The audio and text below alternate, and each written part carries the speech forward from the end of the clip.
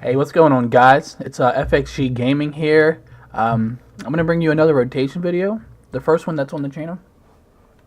I pushed out, knowing damn well I should have never did it. I just wanted to put out one video for the channel. If you guys have watched that, I had a latency problem when I first started streaming with my PC, and I was always second behind. So if you watch the video, that's why I come across as being behind on the dummies when I first attacked them. I left it up just because it was my first video and I needed something to get started, so I decided to bring you another rotation video, an actual rotation, and tips and tricks about the Great Weapon Fighter, as you will. We'll start with the tips and tricks. First, if you're running with a group of Great Weapon Fighters or Guardian Fighters that are targeting or marking them, you can switch your Daring Shout for Battle Fury, which buffs you but also buffs the team a little bit. It also refills your stamina, so this is very good when you're doing things like E-Demo, where you have to run across from one side to the other, because you can deplete your stamina, hit Battle Fury, refills your stamina, so you can just keep sprinting from across each side of the map. Now that we're on the topic of stamina, now that I'm doing a lot more dungeons and a lot more in-game content, I really feel like it's important to discuss the stamina and managing your stamina accurately, especially if you're a Great Weapon Fighter. One, it allows you to animation cancel. So with that being said, I'll show you that here after we get into the rotation. And allows you to get to mobs faster. If you're very competitive and you want to get to the mobs faster, then you're going to want to manage your stamina very well. It takes time, especially when your stamina depletes as fast as it does.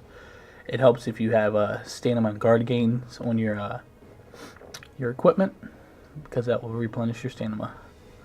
Also run Gladiator's Gall is a mount insignia bonus that will also help you with your stamina. But that's only if you want to, be the highest DPS out there. You want to, show your group or your guild or your friends like what actually you're doing with it. That's pretty much it. If you're running Wrathful Determination instead of Weapon Master Strike here as your active weapon, if you need more crit, run Weapon Master Strike instead of Wrathful Determination until you get your crit to where you don't need crit anymore. Well, you don't need it high as it was, and then you can switch from Weapon Master Strike down to Wrathful Determination. That's again if you want to do the top DPS, or if you want to try to do the top PS, if you want to make your character better. They say that you want to have around 80% crit chance. So once your character gets to that level and you're still running Weapon Master here as your personal, switch it out for Wrathful Determination. If you guys don't know what Wrathful Determination is, you gain up to 5% melee damage as your determination fills up. This bonus is double when your determination is filled. So as you see, that's very helpful. We're going to get into the rotation here.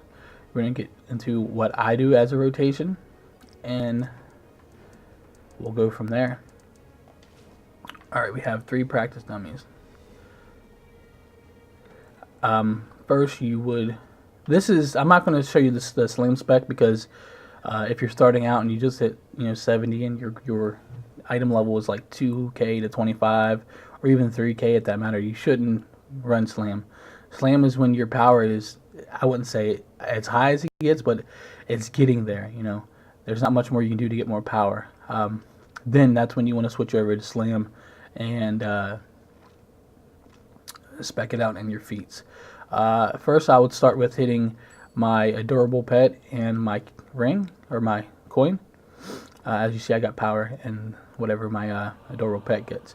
Your adorable pet, it gives you 10% crit severity if it hits, so that's always good.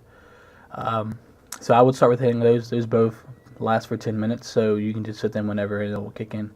After that, if you're not potioning up, you would obviously hit your potions first, but I'm not going to waste potions on the practice dummies. And this is what I mean by animation canceling.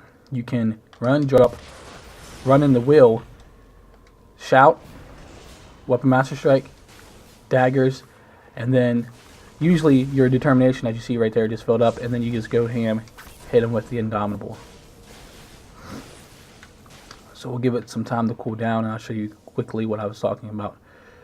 You want to animation cancel the wheel, and you want to animation cancel the shout. It takes time, especially the shout. So we'll give it a second, give it some time to cool down. Also, while it's cooling down, what I've been doing lately is I've been taking off. These are my initial mount bonuses. As you see, Wondrous Fortune, Persuasion, Friendship, Gall, and Camaraderie. I will keep Wondrous Fortune on while I'm doing like dailies and, you know, killing enemies. And then once we go into dungeons, I will switch this, because, you know, it caps off at a certain point, to another Protector's Camaraderie. It does, yes, it doesn't give you as much stats as it was if it was before the patch, but it still gives you some stats, better than Wondrous Fortune, obviously for damage I expect. If you want more damage, you can switch out this Protector's Friendship with a 3 insignia Protector's Friendship, as you see there in the middle mount. There is a mount that has 3 insignias that also gives you friendship. Again, you're not going to get more stats from it. You're going to get the most 200 for each stat. So you gain an additional 200 for whatever stat you decide. Armor pen, crit, power, whichever. But at the end of the day, it's still 200 more power, or 200 more crit, or 200 more armor pen, or 200 more lifesteal. Whatever it is that you would decide to put on that one. That's probably my next upgrade, is to switch out that for a 3 insignia slot mount bonus, so I can get the initial 200 more power. You know, 200 more power is not a lot, but at the end of the day, I want that 200 more power. Alright, so my wheel's back, and I'll show you the rotation with Slam. Same principle. Cancel what you can, and then Slam.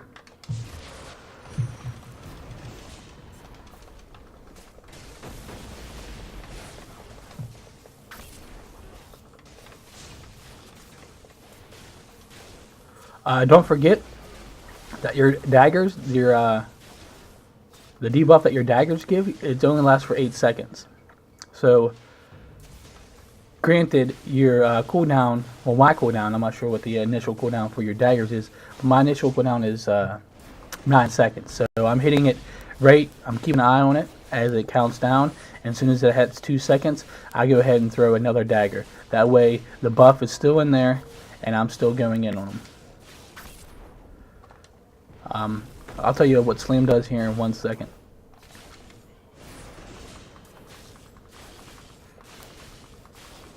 For those who aren't spec for Slam or is conscious about specking to Slam. Alright, what's Slam when you're spec for it? It gives you 25% of your power, or 25% more power from what you initially sit at.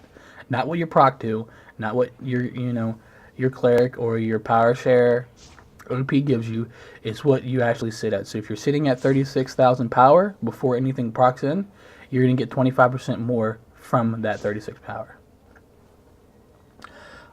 Those who aren't high enough and don't have enough power, do not spec the Slam. I repeat, do not spec the Slam. Put 5 points in this one up here, Student of the Sword. If you come to where you're 3.8 or 4K or whatever it is and you're spec the Slam and you don't like it, by all means. But at the end of the day, I like the 25% more power.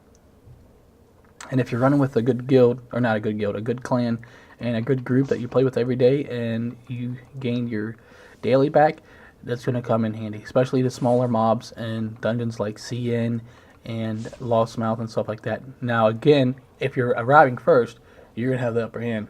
And if you're using Slam, you're definitely going to have the upper hand. So, but if you're arriving first and you're dying, then you're going to have to change what you're doing, because arriving first and dying is going to hurt you more than arriving with the group. I think that's all I'm going to talk about here with the tips and tricks about the Great Weapon Fighter. I will have another video out with your companions and the importance of having bonding stones. As you see, these bonding stones are giving me 840 power per. So my power for my companion is at 6,400. Now I get, I think it's like 300% of that, something along the lines like that, with the extra 15% for having it at orange.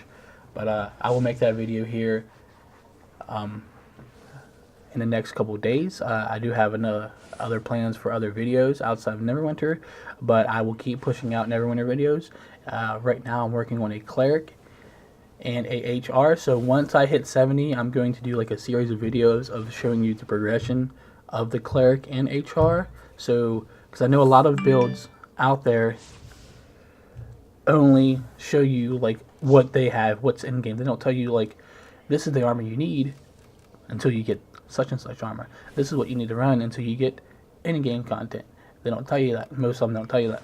So I'm going to show you the progression of the HR as I start to, upgrade, enchantments and armor and all that good stuff. It's going to be slow because I'm still going to put most of my time on this Great Weapon Fighter, but I feel as knowledge is everything in this game. So the more knowledge I have about other classes, the benefits are going to increase with the subs and the viewers, because I'm going to know more about the game.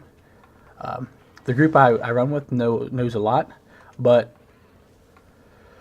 I want to be the one answering questions. I want to be the one helping you guys, not sometimes them helping you or answering the questions for you. So with that being said, this is FXG signing out.